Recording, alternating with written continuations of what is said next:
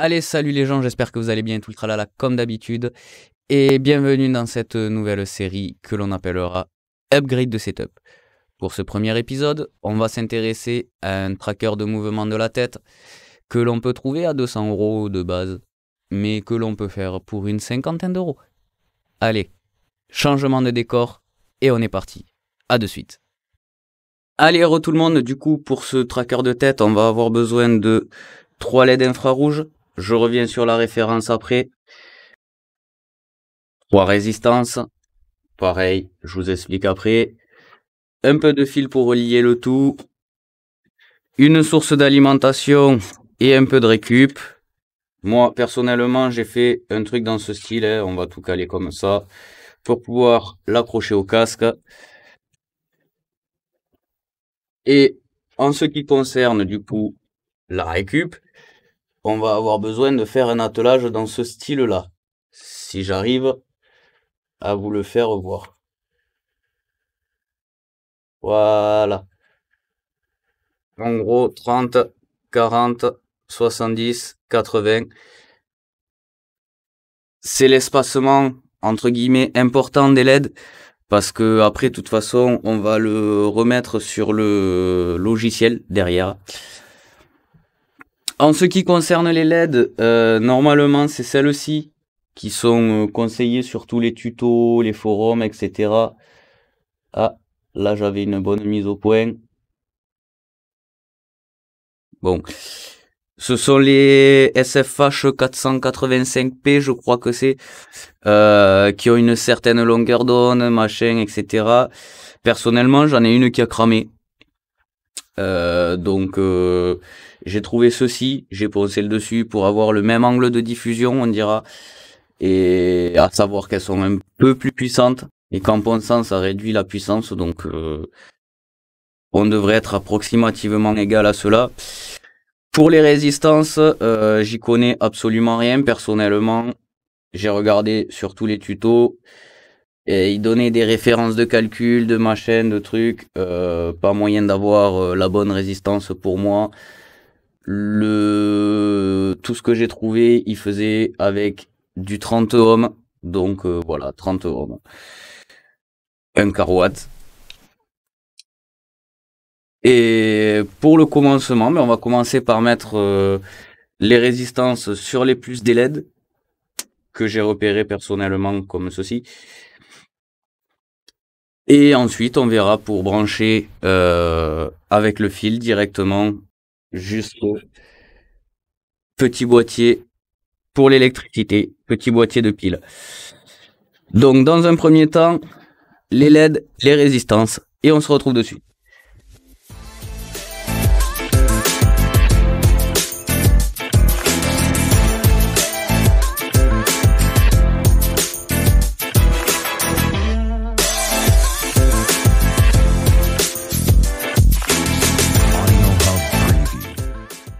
Allez, maintenant que c'est soudé, on va récupérer un peu de gain thermo et on va en mettre autour, histoire de sécuriser la chose.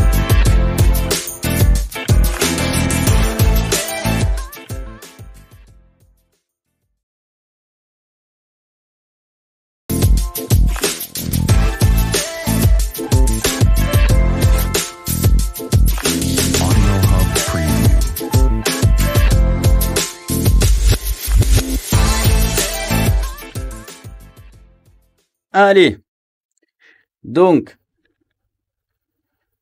ici, on va récupérer, s'il veut bien venir,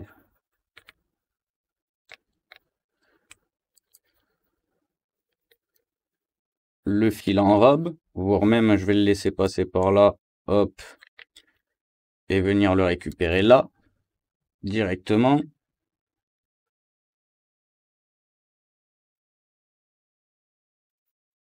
On va dénuder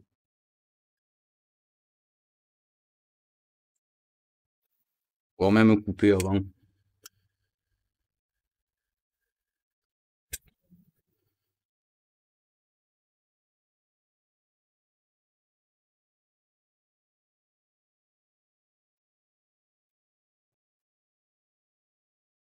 Si,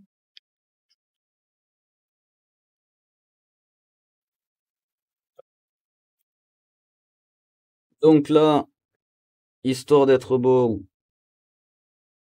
et tranquille pour la suite, on va dénider les 3 morceaux.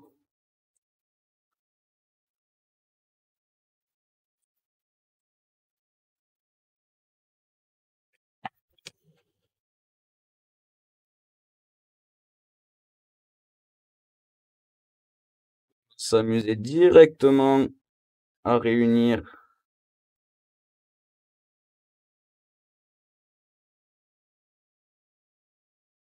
ici.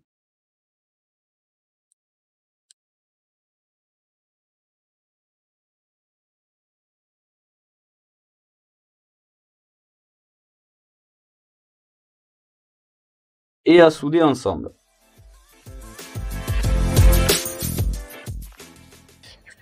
De là, ce qu'on va faire, c'est qu'on va faire pareil avec les moins. Et les moins sont déjà sur les LED.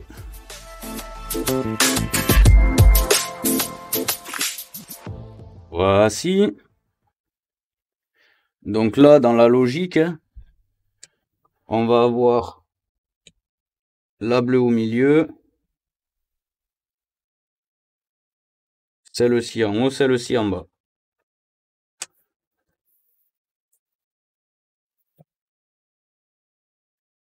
On va aller connecter les bons plus au LED.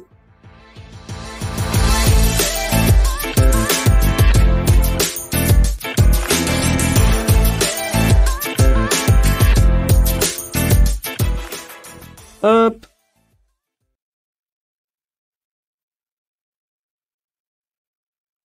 T'es short sur cette coupure, tiens.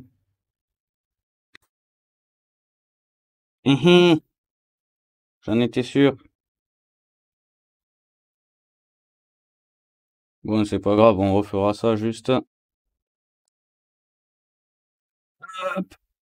Allez, du coup, je vais juste refaire celle-ci. Heureusement que j'avais pris du rab.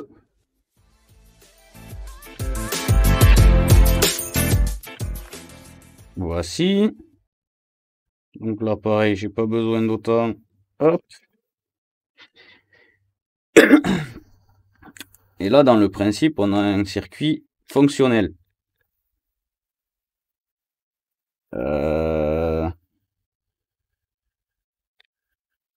Il nous reste plus qu'à connecter l'alimentation.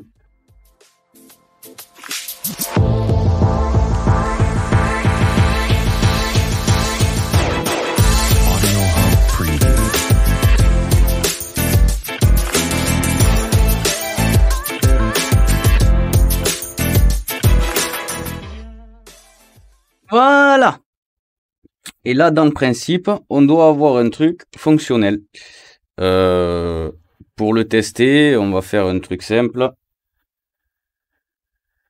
Déjà, toi, je vais te redresser parce que sinon tu vas m'embêter. C'est qu'on va allumer le boîtier. Vous voyez, petit switch on-off. Et logiquement, ouais, voilà, celle-ci est allumée, celle-ci aussi, et celle-ci a l'air aussi. Je vais vérifier.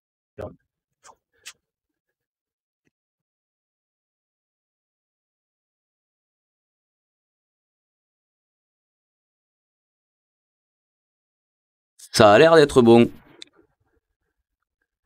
Et pour le coup, je reviens de suite, je vais le vérifier sur une cam où je suis sûr des résultats. Hop, allez, après vérification, on est sûr que ça fonctionne. Donc de là, on va fixer les LED. Hop, on va faire passer le câble par là. Et on va les fixer à la colle chaude. Tout simplement.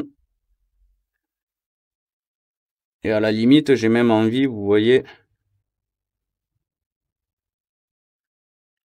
de faire un truc du style, et je recouperai au pire s'il y a vraiment beaucoup trop de câbles.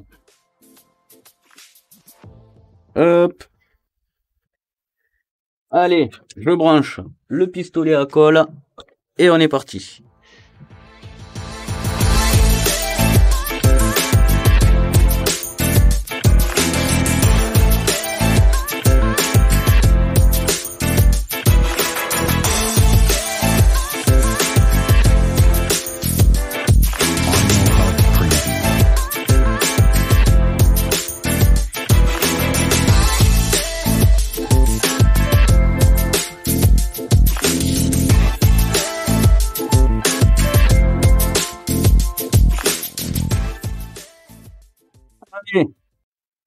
Du coup, ce qu'on va faire, c'est qu'on va tout plaquer directement. Et on va y mettre la seconde couche qui cache tout le bordel.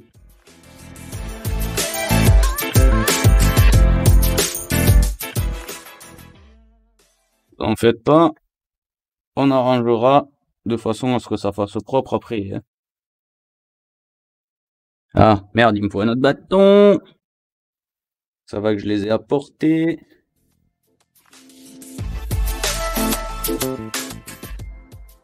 Hop, et voilà. En soi, notre émetteur infrarouge est fini.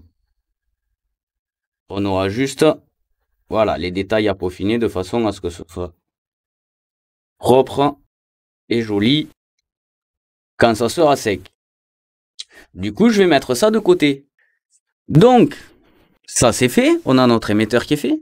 Maintenant, on va faire notre récepteur, qui risque d'être un peu plus compliqué à faire, malgré que plus simple dans le principe.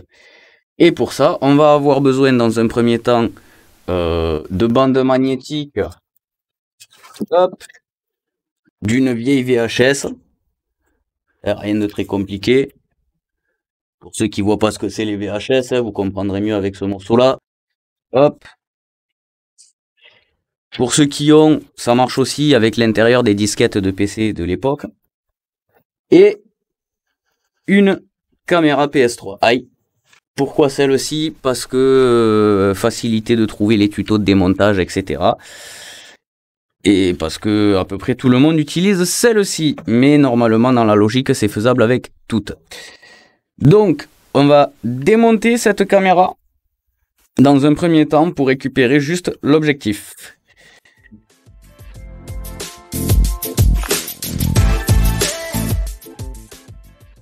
Hop, les 4 premières vis, c'est fait. J'en ai pas devant.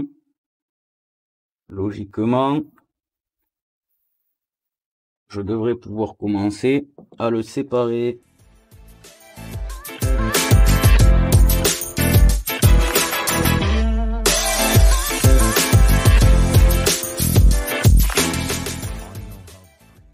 Bon, moi je dis petite pause, je fais un cut, je vais voir comment ça se fait et on se retrouve juste après. Allez, du coup on est reparti, je viens de vérifier, hein, non, il n'y a pas de... Il n'y a pas plus, faut juste arriver à la désosser, on dira correctement. Apparemment il y a un truc par là, là juste qui bloque.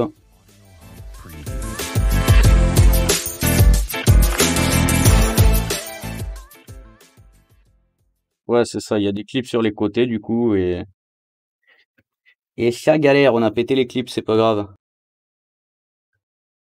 Bon, en soi, voilà, 4 vis qui étaient cachées derrière des tampons et puis basta. Donc, pour la suite, il nous faut dévisser toutes ces petites qu'on voit là, ici. Hop, on reprend le bon embout et c'est parti.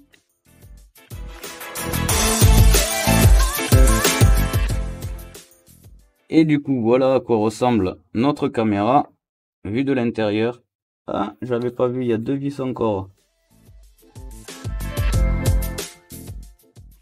Voilà, ça c'est notre caméra en soi. Et pour le coup, hop, ça on va mettre de côté. Nous, ce qui va nous intéresser, c'est ce petit morceau-là. Avec le clip. Hein. Et on va devoir dégager ceci, la lentille.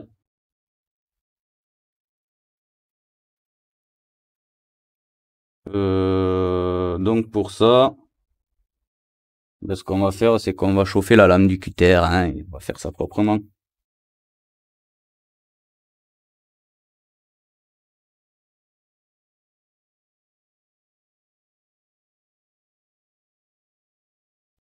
Allez, nous revoici. Pour le coup, petite galère toute simple. La bande magnétique qui est ici, impossible de la poser, trop fine, trop souple, machin.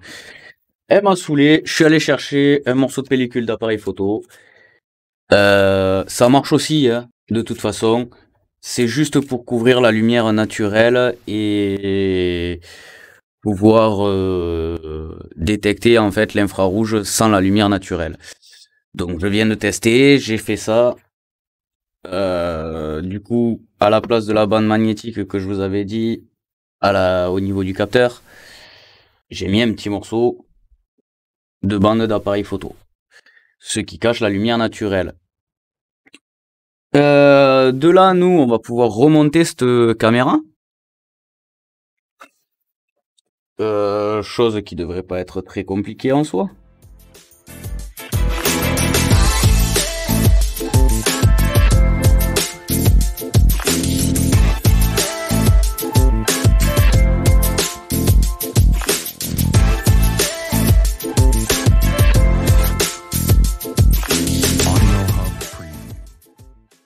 Voilà.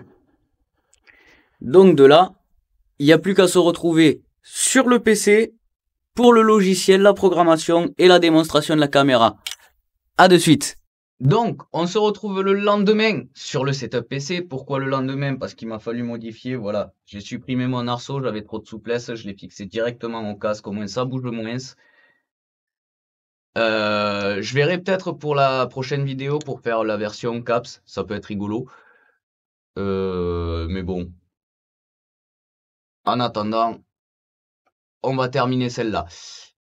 Donc, il va nous falloir, yop, je vous mettrai les deux petits liens ici en description. On va avoir le OpenTrack 2.3.13 ou supérieur selon quand c'est que vous le récupérez.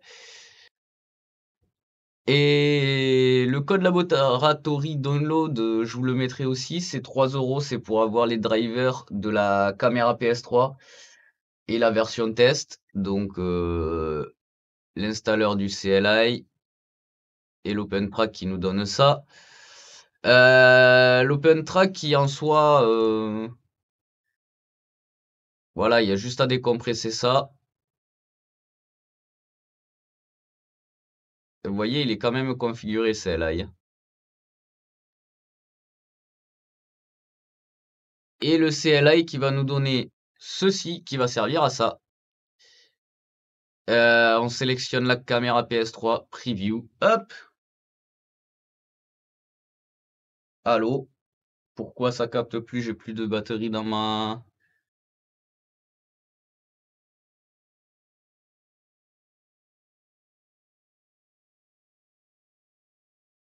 Ah, parce que l'autre est allumé, du coup ça le prend en priorité. Voilà, du coup je disais CLI, option, preview, voilà. Le petit filtre qu'on a mis hier avec le morceau d'appareil photo qui nous sert en fait à pas voir la lumière naturelle, hein. Vous voyez, si je fais des mouvements, ça se voit parce qu'il y a la lumière à côté, que je suis vachement éclairé aussi, et qu'il y a ça. Mais sinon, de base, ça ne voit que les lumières. Hop, voilà. Que les petites LED infrarouges. LED que vous voyez ici ne sont pas allumées, hein, ça émet pas de lumière. Du moins pas visible à l'œil. OpenTrack, je vous laisse le mettre dans un dossier, le décompresser. On va créer un raccourci directement sur le bureau. Et quand on va l'allumer, on va arriver là-dessus. Donc, là-dessus, déjà, ce qui va nous intéresser, c'est le point tracker pour ici. En output, c'est le FreeTrack 2.0 qui s'adapte à peu près à pas mal de beaucoup, on dira quasiment tous les jeux. Et en filtre, bon moi j'ai le AC là, mais vous pouvez mettre n'importe quel filtre. On va mettre celui-ci pour le moment, puisqu'il est d'origine, quoique même. Allez, le Hamilton. Comme ça fait penser à de la course. Dans les options ici, on va avoir juste le raccourci clavier. Moi c'est sur le volant pour pouvoir recentrer.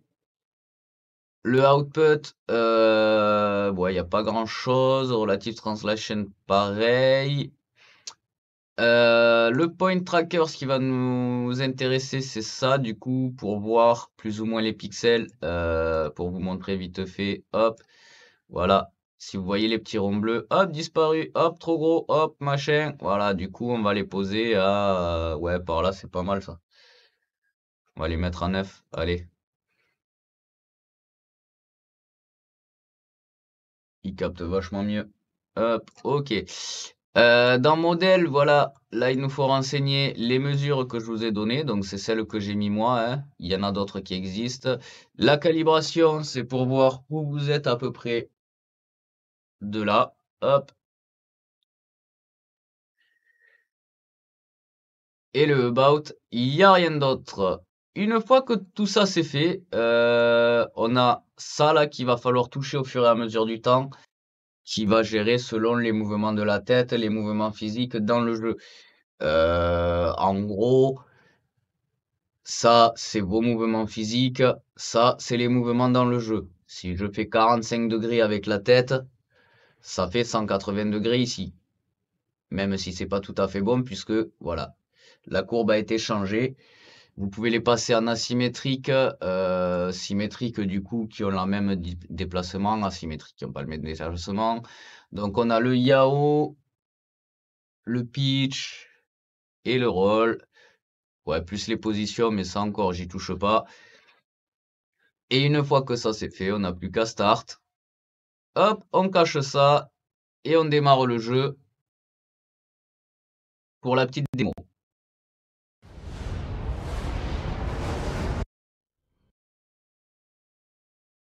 Ok, continuer la partie.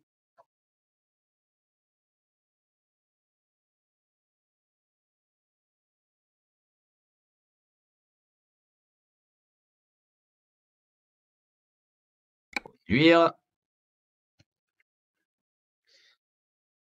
Et donc là, je vais rester appuyé pour le moment sur mon bouton de centrage. Vous allez voir, voilà, ma tête bouge pas, hein. Même si je fais droite-gauche, ça bouge pas, on est toujours centré. Par contre, dès que je vais lâcher, c'est ultra sensible. Donc là, je dirais que c'est le filtre qui est pas bon, hein, tout simplement, puisque c'est ça que je vais changer. Hop, si je fais stop, que je vais repasser sur le AC là. Start, plof.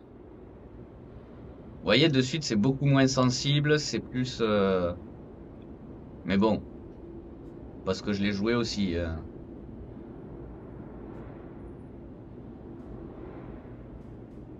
Voilà, voilà. Donc si je regarde à droite, ça regarde à droite. Si je regarde à gauche, ça regarde à gauche. Je peux tourner la tête, faire sortir, ou simplement...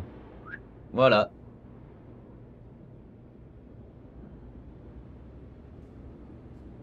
Monter, baisser... Par contre, pas de zoom. Le zoom, faudra le programmer, hein, vous voyez, ça fait bugger. Et voilà, on a notre petit tracker de tête. Rien de très compliqué, juste un petit peu de travail. Hop! Du coup, ce qu'on va faire, je vais quitter. Hop! Je vais tout stopper, histoire de, pour le moment. Voilà, plof. Et de là, je vais vous souhaiter une excellente journée, soirée, bonne nuit, selon ce que vous faites quand c'est que vous regardez cette vidéo. N'oubliez pas, on se retrouve en live tous les vendredis soirs et samedis soirs pour les nocturnes sur du Euro Truck ou du American Truck. N'hésitez pas à rejoindre le Discord, la page Facebook, le Instagram ou le Twitch. Et nous, on se retrouve vendredi. Allez, à plus les gens!